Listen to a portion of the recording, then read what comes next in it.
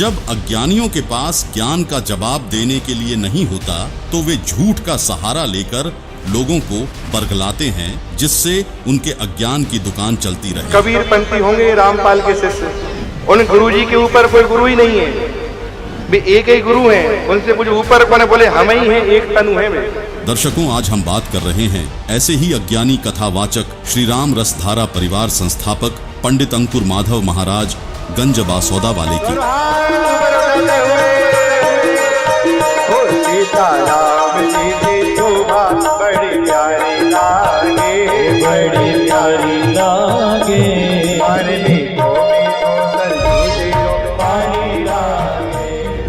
जिन्हें धर्म शास्त्रों का ज्ञान तो है नहीं और बताने चले गुरु की पहचान, जिनका कहना है कि गुरु वह है जिनके माथे पर तिलक हो और उसकी गुरु परंपरा हो। तो जहाँ पिछली 10 पीढ़ियों का वर्णन हो उसे परंपरा कहा जाता है।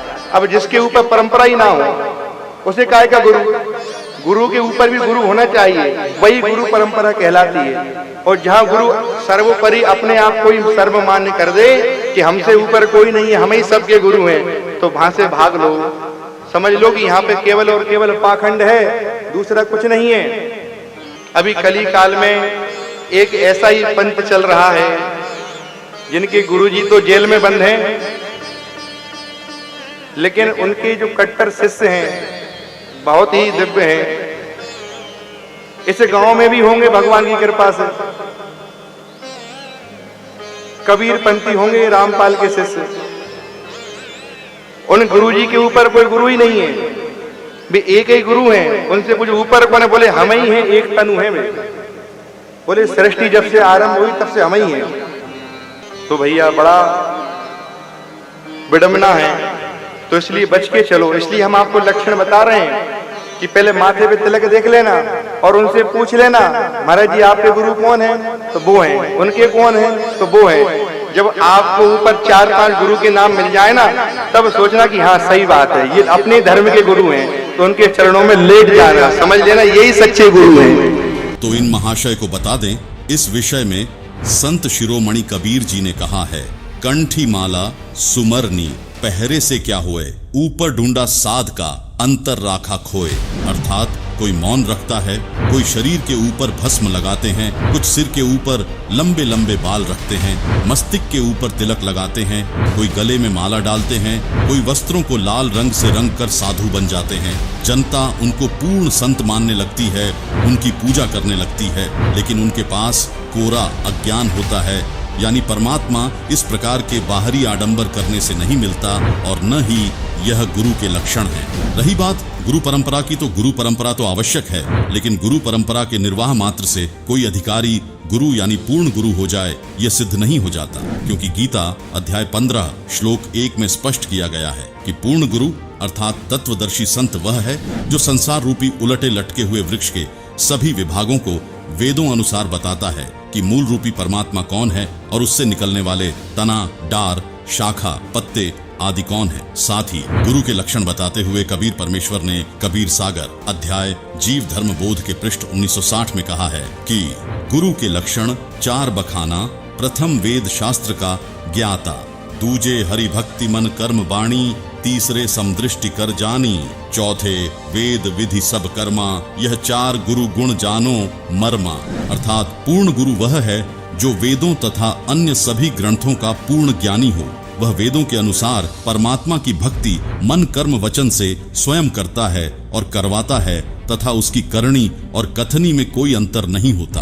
वह सर्व अनुयायियों को समान दृष्टि से देखता है, ऊंच नीच का भेद नहीं करता और गीता में वर्णित उलटे लटके हुए वृक्ष का भेद वर्तमान समय में संत रामपाल जी महाराज द्वारा दिया जा रहा है, जिन्होंने अपने सत्संगों में बताया है। कबीर अक्षर पुरुष एक पेड़ है, क्षर पुरुष वाकी डार, तीनों देवा शाखा हैं, पात रूप संसार।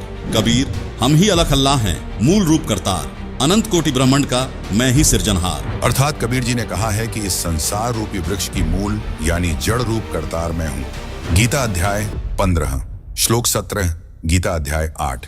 श्लोक 9 में जो उत्तम पुरुष परमात्मा कहा है, जो तीनों लोकों में प्रवेश करके सबका धारण पोषण करने वाला अविनाशी परमेश्वर कहा है, वह मैं कबीर हूँ। दर्शकों, जैसे पेड़ की परवरिश मूल यानी जड़ से होती है, इसी प्रकार परम अक्षर ब्रह्म कबीर जी से असंख्य ब्रह्मांडों की परवरिश होती है। अब बात करते हैं पंडित अंकुर माधव जी की उस बात की जिसमें वे मिथ्या आरोप लगाते हुए कहते हैं कि संत रामपाल जी स्वयंभू गुरु हैं, उनकी कोई गुरु परंपरा नहीं है। तो जहाँ पिछली 10 पीढ़ियों का वर्णन हो उसे परंपरा कहा जाता है। अब जिसके ऊपर परंपरा ही ना हो उसे काय का गुरु? गुरु के ऊपर भी गुरु होना चाहिए, वही गुरु परंपरा कहलाती है। और जहाँ गुरु सर्वोपरि अपने आप को ही सर्वमान्य कर दे कि हमसे ऊपर कोई नहीं है, हम ही सबके गुरु हैं, तो वहां से भाग लो। समझ लो कि यहाँ पे केवल और केवल पाखंड है, दूसरा कुछ नहीं है।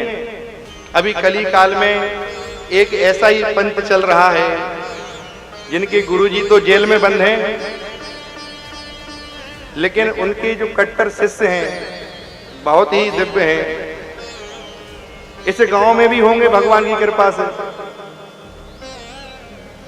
कबीर पंथी होंगे, रामपाल के शिष्य। उन गुरुजी के ऊपर कोई गुरु ही नहीं है, वे एक ही गुरु हैं, उनसे कुछ ऊपर कौन है? बोले हम ही हैं, एक तनु है वे। बोले सृष्टि जब से आरंभ हुई तब से हम ही हैं। तो भैया बड़ा विडंबना है, तो इसलिए बच के चलो, इसलिए हम आपको लक्षण बता रहे हैं। तो इन महाशय को बता दें कि आपने तो झूठ बोलने का ठेका ले रखा है। यदि आप में थोड़ी सी शर्म होती तो यह झूठ बोलने से पहले आप 100 बार सोचते, लेकिन इससे आपको क्या फर्क पड़ता है, क्योंकि आपकी दुकान तो झूठ की बुनियाद पर ही टिकी है। दर्शकों, विचार करें, संत रामपाल जी ने यह नहीं कहा कि मेरे से पहले कोई गुरु नहीं रहा। उन्होंने यह कहा है कि वर्तमान में मेरे अतिरिक्त किसी को भी धर्मशास्त्रों का यथार्थ ज्ञान नहीं है, इसलिए अन्य कोई गुरु पूर्ण नहीं है। इसके लिए देखिए यह वीडियो जिसका टाइटल है संपूर्ण सृष्टि रचना की ऑफ स्पिरिचुअल ट्रेजरी, जिसमें संत रामपाल जी ने संसार की उत्पत्ति बताई है। इस वीडियो का लिंक हमने डिस्क्रिप्शन बॉक्स में दे दिया है, तो इस वीडियो को देखने से आपको पता चल जाएगा कि कौन गुरु सच्चा है और कौन गुरु झूठा है, और संत रामपाल जी की बातों में कितना दम है। रही बात गुरु परंपरा की, तो अब आपको बताते हैं संत रामपाल जी से पहले के 10 गुरुओं के नाम, जिससे सिद्ध हो जाएगा कि अंकुर महाराज कितने झूठे हैं, जो कहते हैं कि संत रामपाल जी का कोई गुरु नहीं, इनसे ऊपर कोई गुरु नहीं, कोई परंपरा नहीं, और 10 पीढ़ी होनी चाहिए ऊपर, तभी वह गुरु परंपरा कहलाती है। तो अंकुर महाराज जी, हम आपको पूरी 10 पीढ़ी संत रामपाल जी से ऊपर गिनवा देंगे, जिसमें 11वें संत रामपाल जी हैं उस परंपरा के अंदर, जो खुद भगवान कबीर साहिब जी से जुड़ी है। तो चलिए हम ही आपको बता देते हैं संत रामपाल जी महाराज की गुरु प्रणाली। बंदी छोड़ कबीर साहिब जी काशी उत्तर प्रदेश वाले, जो कि स्वयं परमात्मा हैं, जिनकी गवाही वेद तथा परमात्मा प्राप्त संतों ने दी है, वे सन 1727 में फाल्गुन मास की शुक्ल पक्ष की द्वादशी को आदरणीय संत गरीबदास जी महाराज गांव छुनानी, जिला झज्जर, हरियाणा को मिले। उन्हें नाम उपदेश देकर अपना शिष्य बनाया, जिसके बाद संत गरीबदास जी महाराज के शिष्य संत शीतलदास जी महाराज गांव बरहाना, जिला रोहतक, हरियाणा, संत ध्यानदास जी महाराज, संत रामदास जी महाराज, संत ब्रह्मानंद जी महाराज गांव करौंथा, जिला रोहतक, हरियाणा, संत जुक्तानंद जी महाराज, संत गंगेश्वरानंद जी महाराज गांव बाजीतपुर, दिल्ली, संत चिदानंद जी महाराज गांव गोपालपुर धाम, सोनीपत, हरियाणा, संत रामदेवानंद जी महाराज तलवंडी भाई, फिरोजपुर, पंजाब हुए, जिनसे संत रामपाल जी महाराज को सन 1988 में नाम उपदेश प्राप्त हुआ।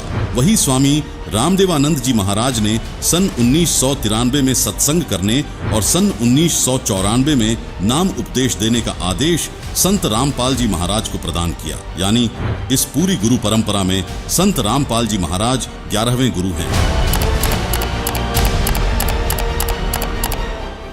अब दिखाते हैं कि परमेश्वर कबीर जी से लेकर इस दास तक हमारी कैसे लाइन जुड़ी हुई है। सबसे पहले परमेश्वर कबीर जी स्वयं आकर आदरणीय गरीबदास साहिब जी को मिले, और आदरणीय गरीबदास साहिब जी ने अपना एक शिष्य श्री शीतलदास जी महाराज बनाया और उनको ये कंप्लीट कोर्स दे दिया। उनसे प्रतिज्ञा ले ली थी, आगे किसी को तू जिक्र भी नहीं करेगा, केवल एक शिष्य को जाने से कुछ समय पहले ये दे देना, और वो स्वयं जाप कर सकता, दूसरे को नहीं बताएगा, उसको प्रतिज्ञा दिलाना। अब दास की जो परंपरा में सीधा चला आ रहा है, कबीर साहब से गरीबदास जी के पास, गरीबदास जी के बाद शीतल दास जी महाराज, गांव बराना, जिला जज्जर है। वर्तमान में उनका एक छोटा सा समाधि आश्रम बना हुआ है। ये देखिएगा, ये भक्ति बोध नामक एक पुस्तक है, इसमें आपको हमने ये सारा छपवा रखे है। ये देखिएगा, मेरी गुरु प्रणाली, बंदी छोड़ कबीर साहब जी महाराज, काशी उत्तर प्रदेश। क्योंकि सतगुरु भी थे कबीर परमात्मा, लेकिन परमात्मा भी थे। बंदी छोड़ गरीबदास जी महाराज, छुड़ानी, जिला जज्जर, हरियाणा में। शीतल दास जी, संत ध्यानदास जी, संत रामदास जी, इनके चेले संत ब्रह्मानंद जी, कनौथा में इनकी एक छतरी बनी हुई है।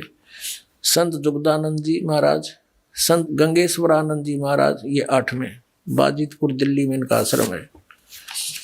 और 9वां है संत चिदानंद जी महाराज, मेरे दादा गुरु जी, गोपालपुर धाम, सोनीपत हरियाणा में, खरखौदा के पास। संत रामदेवानंद जी महाराज, तलवंडी भाई, फिरोजपुर पंजाब में। और ये 11वां ये दास रामपाल दास। यहाँ तक हमारी प्रणाली सीधी जुड़ी हुई है, जिससे अज्ञानी कथावाचक पंडित अंकुर माधव महाराज झूठा सिद्ध होता है।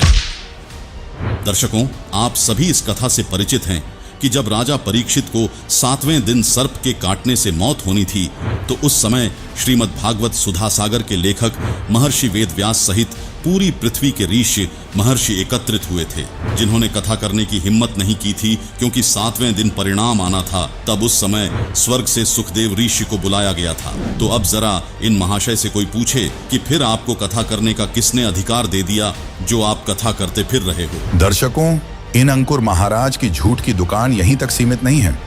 ये अपने प्रवचनों में दशरथ पुत्र श्री राम को पूर्ण ब्रह्म बताते हैं और कहते हैं कि राम जी कालों के काल हैं, सबके बाप हैं, उनसे बड़ा कोई नहीं है। देखिए अंकुर महाराज की यह वीडियो। राम जी कौन है? पूर्ण ब्रह्म। जहाँ पूर्ण ब्रह्म होता है उसमें बदलाव नहीं आता, बाकी सब में परिवर्तन हो सकता है, पूर्ण ब्रह्म में कभी परिवर्तन नहीं आता। राम जी मूल तत्व है, तत्वों के तत्व है, प्रकाश का प्रकाश है, प्राणों के प्राण है, देवता के देवता है, कालों के काल है, सबके बाप है राम जी। फिर राम से बड़ा कोई नहीं। सुना आपने इस अज्ञानी के अज्ञान को। इससे तो यही पता चलता है कि अंकुर महाराज को अपने ही शास्त्रों का ज्ञान नहीं है। ऐसा हम इसलिए कह रहे हैं क्योंकि हम सभी जानते हैं कि त्रिलोकीनाथ श्री विष्णु जी 3 लोक, स्वर्ग लोक, पृथ्वी लोक और पाताल लोक के भगवान हैं। वे ही नारद राजर्षि के श्रापवश त्रेता युग में अयोध्या के राजा दशरथ के घर माता कौशल्या से जन्मे थे। यानी श्री विष्णु उर्फ श्री राम 3 लोक के भगवान हैं, जबकि पूर्ण ब्रह्म तो असंख्य ब्रह्मांडों का मालिक होता है। वही श्री राम को अपने कर्म दंड यानी श्राप को भोगना पड़ा। जब भगवान ही श्राप भोगने लगे तो अपने भक्तों के कर्म फल को कैसे मिटा सकते हैं। दूसरा, अंकुर जी श्री राम को कालों का काल, उनसे बड़ा कोई नहीं है बता रहे हैं। तो हम सभी इस कथा से भी परिचित हैं कि जब श्री रामचंद्र जी अपने पुत्रों लव व कुश से युद्ध में हार गए और सीता जी ने उन्हें देखने से भी मना कर दिया, तब रामचंद्र जी दुखी होकर अयोध्या के साथ बह रही सरयू नदी में जल समाधि ले ली थी, यानी नदी में डूबकर उनकी मृत्यु हुई थी। साथ ही श्रीमद् देवी भागवत पुराण के 3 स्कंध अध्याय 5 पर श्री विष्णु जी उर्फ श्री रामचंद्र जी ने श्री दुर्गा जी की स्तुति करते हुए कहा, तुम शुद्ध स्वरूपा हो, ये सारा संसार तुम्ही से उद्भासित हो रहा है। मैं विष्णु, ब्रह्मा और शंकर, हम सभी तुम्हारी कृपा से ही विद्यमान हैं। हमारा आविर्भाव अर्थात जन्म और तिरोभाव अर्थात मृत्यु हुआ करता है, अर्थात हम तीनों देव नाशवान हैं, केवल तुम ही नित्य हो, जगत जननी हो, प्रकृति देवी हो। अब स्वयं विचार करें कि जिसकी स्वयं मृत्यु होती हो वह कालों का काल कैसे हो सकता है, बल्कि वह तो काल के अधीन कहलाया।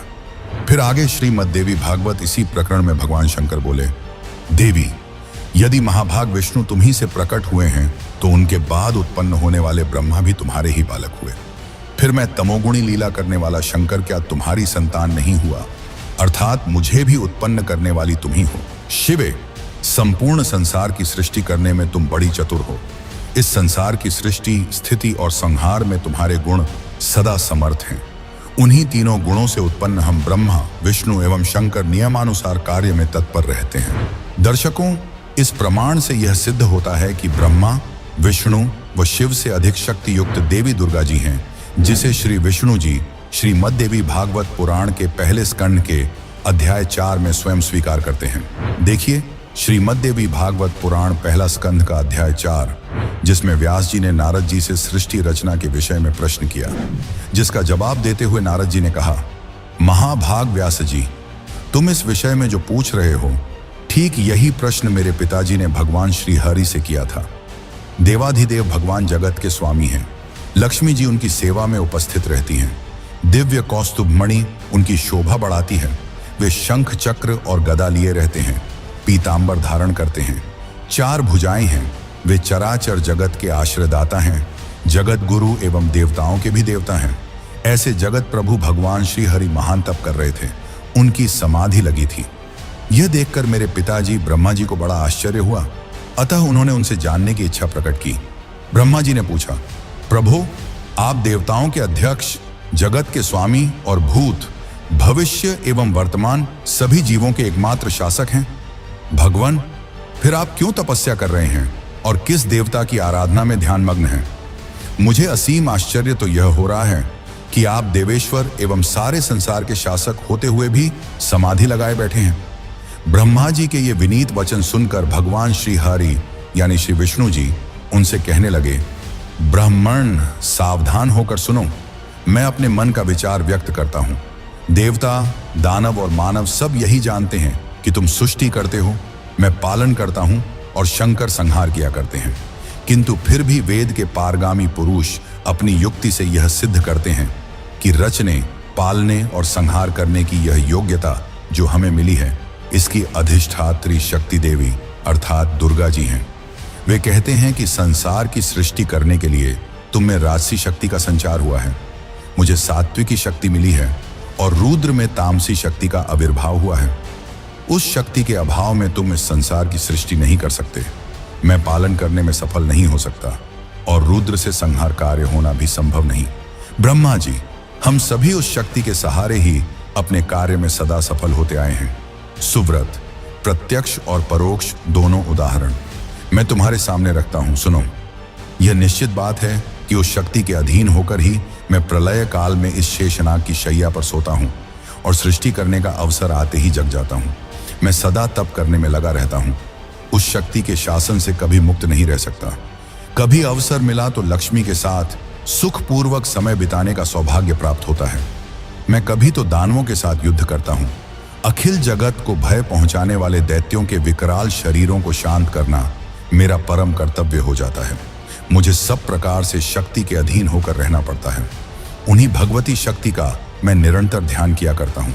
ब्रह्मा जी, मेरी जानकारी में इन भगवती शक्ति से बढ़कर दूसरे कोई देवता नहीं है। दर्शकों, अंकुर माधव जी की झूठ आपके सामने है, जो कहते हैं कि श्री राम अर्थात श्री विष्णु जी पूर्ण ब्रह्म हैं। वे सबके बाप हैं, जबकि श्री विष्णु जी ने अपने से अन्य सर्वसमर्थ शक्ति श्री देवी दुर्गा को बताया है और उन्हें जन्म देने वाली माता भी बताया है। वही संक्षिप्त श्रीमद् देवी भागवत के 7वें स्कंध के अध्याय 36 में श्री देवी जी ने राजा हिमालय से कहा कि पर्वतराज, उस ब्रह्म का क्या स्वरूप है यह बतलाया जाता है। उस ब्रह्म को ही लक्ष्य बनाकर वेधन करो। प्रणव ओम धनुष है, जीवात्मा बाण है और ब्रह्म को उसका लक्ष्य कहा जाता है। उस एकमात्र परमात्मा को ही जानो, दूसरी सब बातों को छोड़ दे। यही अमृत स्वरूप परमात्मा के पास पहुंचाने वाला पुल है। संसार समुद्र से पार होकर अमृत स्वरूप परमात्मा को प्राप्त करने का यही सुलभ साधन है। इस आत्मा का ओम के जप के साथ ध्यान करो। इससे अज्ञानमय अंधकार से सर्वथा परे और संसार समुद्र से उस पार जो ब्रह्म है उसको पा जाओगे। तुम्हारा कल्याण हो। वह यह सबका आत्मा ब्रह्मलोक रूप दिव्य आकाश में स्थित है। यानी देवी दुर्गा जी अपनी भक्ति करने के लिए भी मना कर रही हैं और एक ब्रह्म की भक्ति करने के लिए श्रीमद् देवी भागवत के 7वें स्कंध के अध्याय 36 में हिमालय राजा को उपदेश दे रही हैं।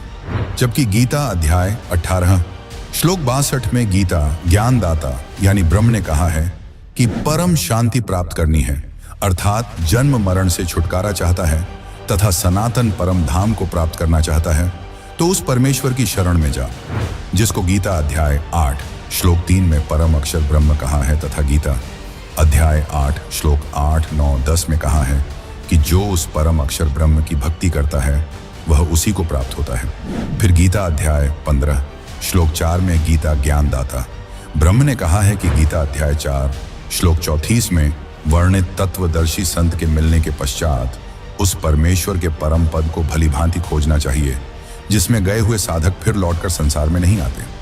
जिस परमेश्वर से यह सृष्टि उत्पन्न हुई है उसी आदि पुरुष नारायण यानी सनातन पूर्ण परमात्मा परम अक्षर ब्रह्म की मैं शरण में हूं। दर्शकों, गीता ज्ञान बोलने वाला अक्षर ब्रह्म अर्थात काल निरंजन है, जिसकी विस्तृत जानकारी जानने के लिए कबीर बड़ा या कृष्ण वीडियो अवश्य देखिए, जिसका लिंक हमने इसी वीडियो के डिस्क्रिप्शन में दे रखा है। गीता बोलने वाला ब्रह्म स्वयं परम अक्षर ब्रह्म की भक्ति करने को कह रहा है तथा स्वयं भी स्वीकार कर रहा है कि मैं भी उसी परम अक्षर ब्रह्म की शरण में हूं। विचार करें, श्री राम जी अर्थात श्री विष्णु जी श्री देवी दुर्गा को सबसे बड़ी बता रहे हैं। श्री देवी दुर्गा ब्रह्म को समर्थ बता रही है, उसकी भक्ति के लिए कह रही है। गीता ज्ञान देने वाला काल ब्रह्म अपने से समर्थ, सबकी उत्पत्ति करता, सबके धारण पोषण करता, पुरुषोत्तम अविनाशी परमेश्वर की भक्ति करने को कह रहा है। इससे सिद्ध हुआ कि अंकुर माधव जी को अपने सदग्रंथों का ही ज्ञान नहीं है। इसी विषय में परमेश्वर कबीर जी कहते हैं, एक राम दशरथ का बेटा, एक राम घट घट में बैठा, एक राम का सकल पसारा, एक राम सबू से न्यारा। अब आपको दिखाते हैं श्री रामचरितमानस से वह प्रमाण जिससे स्पष्ट होगा कि ब्रह्मा, विष्णु, महेश से ऊपर भी कोई भगवान है। बालकांड में एक प्रकरण आता है जब मनु और सतरूपा परमात्मा को पाने के लिए तपस्या करने लगते हैं। आइए देखते हैं मनु और सतरूपा किस परमात्मा की भक्ति कर रहे थे। ये है श्री रामचरितमानस से बालकांड का दोहा नंबर 143, जिसकी चौपाई नंबर 3 में लिखा है कि नेति नेति जेहि वेद निरूपा, निजानंद निरूपाधि अनुपा, शंभु विरंची विष्णु भगवाना, उपजहीम जासु अंश ते नाना। जिन्हें वेद नेति नेति यानी यह भी नहीं कहकर निरूपण करते हैं, जो आनंद स्वरूप, उपाधि रहित और अनुपम हैं, एवं जिनके अंश से अनेकों शिव, ब्रह्मा और विष्णु भगवान प्रकट होते हैं। वेदों में जिसको पूर्ण परमात्मा बताया गया है, वो पूर्ण परमात्मा इतना समर्थ है कि ब्रह्मा, विष्णु और महेश उनके अंश से आत्म रूप में प्रकट हुए हैं। यहाँ स्पष्ट है कि ब्रह्मा, विष्णु और शिव पूर्ण परमात्मा नहीं है। जिसके अंश से ये तीनों देवता उत्पन्न होते हैं वो पूर्ण परमात्मा है। रामचरितमानस में कहा है कि ईश्वर अंश जीव अविनाशी, चेतन अमल सहज सुखरासी, यानी ईश्वर से ही उत्पन्न होने के कारण आत्मा अविनाशी है, यानी आत्मा कभी नहीं मरती। जिस परमेश्वर से जीव आत्मा उत्पन्न हुआ है वह परमेश्वर अविनाशी, चेतन, निर्मल और स्वभाव से सुख की राशि है। लेकिन सब जीवों के शरीर नाश हो जाते हैं, जिसका समर्थन गीता अध्याय 15 श्लोक 16 भी करता है। आत्मा को अविनाशी इसीलिए कहा गया है क्योंकि आत्मा रूप में ब्रह्मा, विष्णु, महेश, दुर्गा व क्षर पुरुष यानी गीता ज्ञानदाता तथा सर्व प्राणियों की उत्पत्ति उसी पूर्ण परमात्मा ने की है। इसलिए रामचरितमानस में लिखा है कि अनेकों ब्रह्मा, विष्णु, महेश उस सच्चिदानंद ब्रह्म से आत्मा रूप में उत्पन्न होते हैं। जिस परमात्मा से सभी प्राणी आत्मा रूप में उत्पन्न हुए हैं, उस परमात्मा को गीता अध्याय 15 श्लोक 17 में उत्तम पुरुष कहा गया है। उसी परमात्मा को तीनों लोकों में धारण पोषण करने वाला परमात्मा तथा वास्तव में अविनाशी परमेश्वर कहा गया है। गीता अध्याय 4 श्लोक 5 और 9 में तथा गीता जी अध्याय 2 श्लोक 12 में तथा गीता अध्याय 10 श्लोक 2 में गीता ज्ञानदाता यानी क्षर पुरुष ने अपने आप को नाशवान कहा है तथा स्वीकार किया है कि अर्जुन मेरे और तेरे बहुत जन्म हो चुके हैं, उनको तू नहीं जानता, मैं जानता हूँ। इससे सिद्ध हो जाता है कि क्षर पुरुष यानी गीता ज्ञानदाता जो ब्रह्मा, विष्णु, महेश के स्थूल शरीर का पिता है, वो भी अविनाशी नहीं है, उसका शरीर भी नष्ट होता है। अब आपको गीता अध्याय 15 श्लोक 16 से भी स्पष्ट करते हैं। इस श्लोक में कहा है कि दो पुरुष हैं, क्षर पुरुष और अक्षर पुरुष, तथा इनके अंतर्गत सब प्राणियों के शरीर तो नाशवान है, यानी ये सब नष्ट होते हैं, परंतु आत्मा सबकी अविनाशी है। इसलिए ही रामचरितमानस में कहा है कि ईश्वर अंश जीव अविनाशी, चेतन अमल सहज सुखरासी, यानी परमात्मा का अंश होने के कारण आत्मा का कभी नाश नहीं होता। गीता अध्याय 15 श्लोक 17 में पूर्ण परमात्मा को उत्तम पुरुष और अविनाशी इसलिए कहा गया है क्योंकि उत्तम पुरुष यानी पूर्ण परमात्मा का शरीर भी अविनाशी है। इस उत्तम पुरुष को परमात्मा भी इसलिए कहा गया है क्योंकि ये पूर्ण रूप से अविनाशी है, सब आत्माओं का स्वामी है, जिसका शरीर भी कभी नष्ट नहीं होता। इस उत्तम पुरुष के लोक में किसी प्रकार का कोई दुख नहीं है, ये किसी को दुख नहीं देता, सिर्फ सुख ही सुख देता है। इसलिए इसी परमात्मा को रामचरितमानस में सुख की राशि भी कहा है। जिस गीता ज्ञानदाता काल के लोक में हम रह रहे हैं, इस लोक के मालिक को परमात्मा नहीं कहा जा सकता, क्योंकि इस काल लोक में कोई सुखी नहीं है। इसलिए पूरी गीता जी में गीता ज्ञानदाता ने अपने को कहीं भी परमात्मा नहीं कहा, केवल उस उत्तम पुरुष को ही परमात्मा तथा अविनाशी परमेश्वर कहा है। दर्शकों, गीता जी में अन्य स्थानों पर जहां भी परमात्मा शब्द से संबोधन किया गया है, वो इसी उत्तम पुरुष अर्थात सच्चिदानंद घन ब्रह्म के विषय में बोला गया है। अर्थात पूर्ण परमात्मा का शरीर कभी नष्ट नहीं होता। इसीलिए इस श्लोक में लिखा है कि वो उत्तम पुरुष तो अन्य ही है जो वास्तव में अविनाशी है, उसी को परमात्मा कहा गया है। जिससे अंकुर महाराज का यह कथन कि श्री राम पूर्ण ब्रह्म है और उनसे बड़ा कोई नहीं है, गलत सिद्ध होता है, क्योंकि श्री राम उर्फ श्री विष्णु जी से बड़ी देवी दुर्गा और दुर्गा से बड़ा ब्रह्म और ब्रह्म से भी बड़ा यानी सबसे बड़े भगवान पूर्ण ब्रह्म, जिन्होंने सर्व सृष्टि की उत्पत्ति की है, इन सबसे अन्य है, जिसकी विस्तृत जानकारी के लिए इसी वीडियो के डिस्क्रिप्शन में दी गई सृष्टि रचना से संबंधित वीडियो अवश्य देखिए।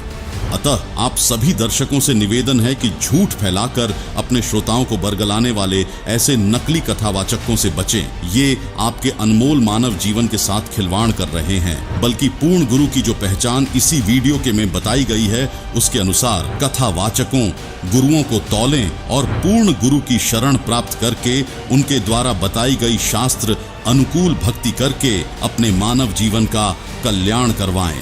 धन्यवाद।